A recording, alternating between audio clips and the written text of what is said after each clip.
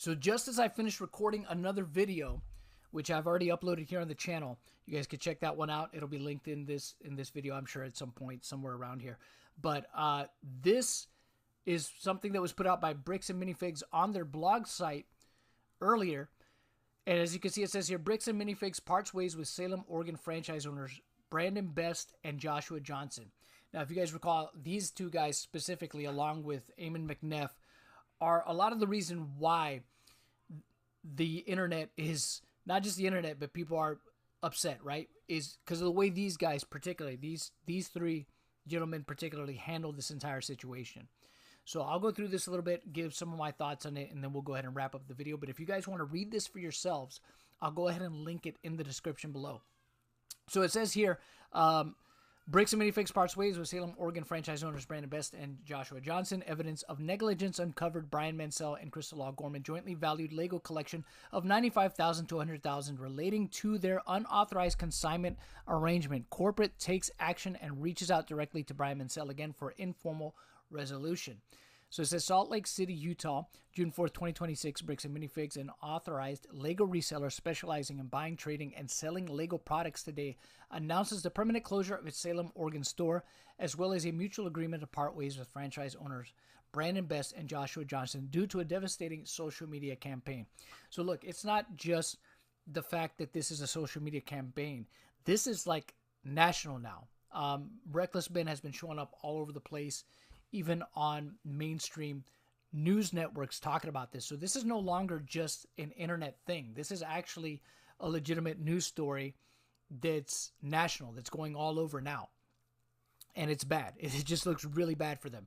And Bricks and Minifigs corporate, they're catching so much heat. I saw another story, which I may cover later in a stream or maybe on another video. But apparently one of their, and I have to confirm this, but apparently one of Bricks and Minifigs' distributors is apparently also pulling out because of all the negative PR that they're getting. So they're getting beaten down everywhere now. And for all for all the bravado that they put up and saying, oh, thinking that they're just going to take this to court and all the lies and all that stuff, and thinking that they were just going to bury people with lawsuits and things like that, this is just not. Things are just not going their way. And if you guys recall, Bricks and Minifigs also put out an email to their franchisees that was pretty tone deaf, them saying that, hey, don't worry, this will blow over in about 2 weeks. Nah, this is not going anywhere. This is not going anywhere anytime soon. And this feels a little too late. Too little too late, right? Them getting rid of Brandon Best and Joshua Johnson. It seemed like this is something that probably should have happened a lot sooner because they didn't do themselves any favors keeping these guys around, right? When all this was popping off. If you guys recall, Brandon Best is the one that showed up in that video to actually essentially evict the former owner of that Bricks and Minifigs location in question, right? He's the guy that came in on behalf of corporate to basically kick her out of the store. So, while fact investigation continues, BAM's current state of its investigation has uncovered significant evidence of gross negligence in how the store was previously operated by the prior owner, as well as operational gaps during the transition and the subsequent management of document recovery. More importantly, BAM leadership has personally reached out to Brian Mansell and family to meet to review documentation revealed in the investigation and come to a mutual and positive resolution. So right there, what we're getting from that is basically the same song and dance from corporate that they've been saying. Well, not just corporate, but also from Joshua Johnson. They're basically still trying to blame Crystal, the previous owner, for Brian not getting fully compensated for the Lego Star Wars sets due to her negligence, now they're saying. Now, she's currently in a lawsuit with Bricks and Minifigs. It's certainly within the realm of possibility that she might be responsible as well, but we won't know anything for sure until we see either a deposition from that case, some kind of documentation that is shown during the filings, or some kind of other video footage that maybe ends up being leaked, something, right? Or some kind of evidence that is brought to light in that particular case. We won't know that until that either proceeds forward or otherwise. So we got to kind of take it with a grain of salt for the time being. It's basically a he said, she said, right? She's probably going to blame corporate for all this. They're going to blame her. It'll be figured out once things really kind of go to court or there's more filings that are done regarding that particular lawsuit. The findings are directly related to the ongoing situation involving collector Brian Mansell, whose father's Star Wars Lego collection was part of an unauthorized and private consignment side deal in the Salem location that predated Brandon and Josh's ownership. So again, they're going with this whole thing of still saying like, well, it was a consignment that was unauthorized, right? Because before there was a point where they were trying to say like, oh, we don't do consignments, but then it turns out, yeah, they do consignments. But now it's just like, well, it was an unauthorized consignment. Again, we won't know if that's true or not until Crystal's case goes to court with, or like I said, there's more filings or a deposition in Crystal's case against the Bricks and Minifigs corporate office. So we've been asking for documentation for a long time. We'd asked Mr. Mansell and others and did not receive enough to give us a clear picture until recently, thanks to internal and external operations assistants and those who continue to stand with us. And we finally have enough to proceed with the resolution, said Eamon McNeff, CEO of Bricks and Minifigs. And now that we do, Brian, we continue our offer to sit down with you and are prepared to discuss dropping the lawsuit against you. Let's go through the spreadsheets and point of sale data together and ensure you are made whole monetarily and ensure that whatever Star Wars Legos was or remains in the Salem store, whether you identify as yours or not, you can have it. We will ensure you are compensated for anything unaccounted for, including what Mrs. Law Gorman failed to compensate you for without your knowledge. We're ready when you are. So they're basically saying, hey, look, we'll compensate you and you could take all the Lego Star Wars sets that are there, even if they don't belong to you. And that seems like a nice gesture. But again, all this seems too little too late. It's kind of like their backs are against the wall. They're getting destroyed. This is a PR nightmare. And now the story is a national news story. So it's like their back is really against the wall here. So it feels like this is all being done out of desperation and because they really just want this to go away, right, at this point. So it feels too little too late that they're doing this. But, I mean, I guess that's a nice gesture. But, again, it reeks of desperation. The investigation also produced new documentation that dramatically challenges the speculative and social media narrative around the Mansell collection. Evidence shows there were 3 sets of books being managed by the previous owner, Ms. Law Gorman, regarding the collection, all with different accounts of what was sold and more reliable high-end market values for the entire collection, which is more accurately estimated at $95,000 to $100,000, consistent with what Brian himself stated publicly on the Collecting Weekly podcast in April 2025, and consistent with $80,000 in products and or cash he sought when he visited the store on or around November 21st, 2024. Additionally, a review of point-of-sale data between September 2023 and November 2024, during the time Ms. Law Gorman confirmed she was exclusively storing and managing and presumably insuring Mr. Mansell's collection under the undisclosed side agreement, a signed copy of which BAM still does not have, is currently underway. The $200,000 figure circulated publicly by Mansell on his personal Facebook page and Ms. Law Gorman on the Salem, Oregon Facebook page in 2023 was never a documented value, simply the promotional value they used to bring excitement for the public viewing in November 2023, an event in which Ed Mansell, father of Brian Mansell, was also documented by both parties as present.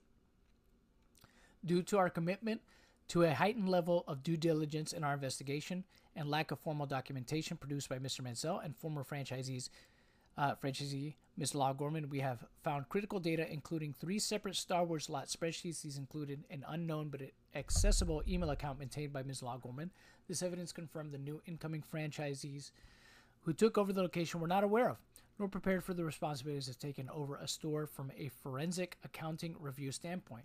This led to due diligence issues in coming to a resolution with Mr. Mansell, said Matt McNeff, COO Bricks and Minifigs.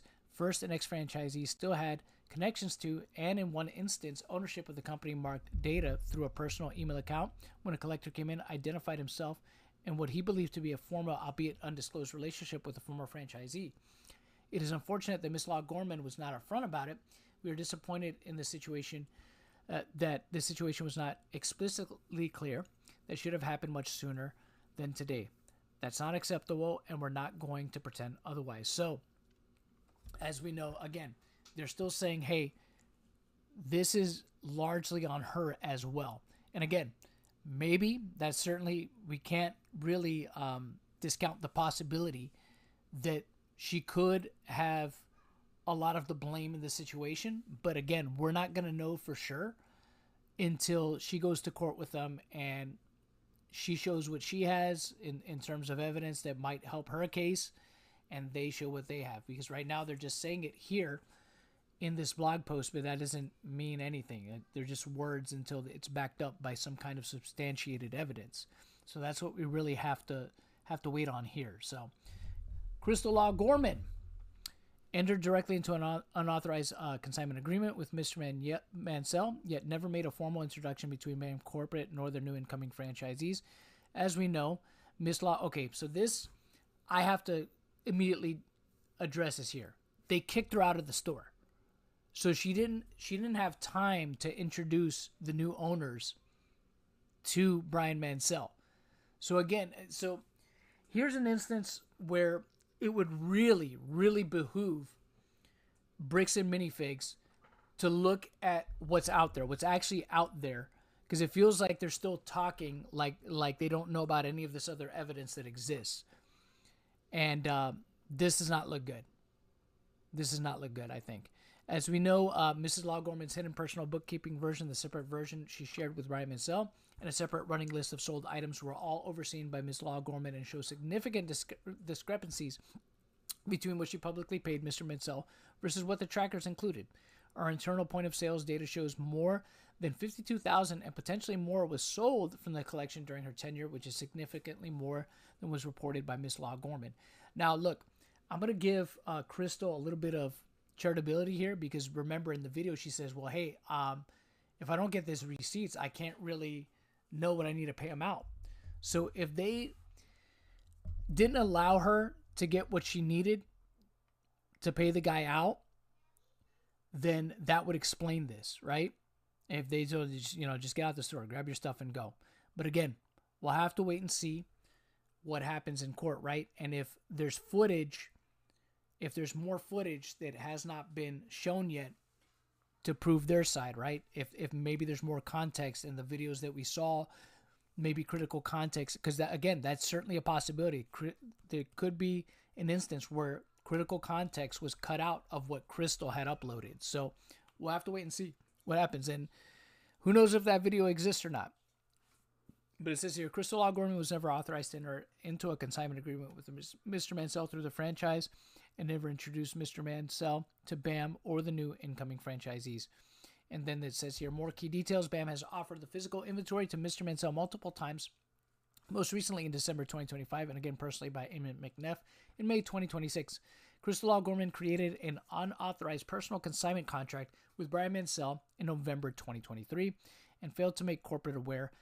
Given firm language in operations manual and training, BAM is strictly buy-sell trade. It is documented that Crystal Law Gorman on November 8th, 2024, formally shared with BAM Corporate that she did not intend to carry on as a franchisee due to the store's struggles and a job offer her partner Benjamin Gorman had received out of the country.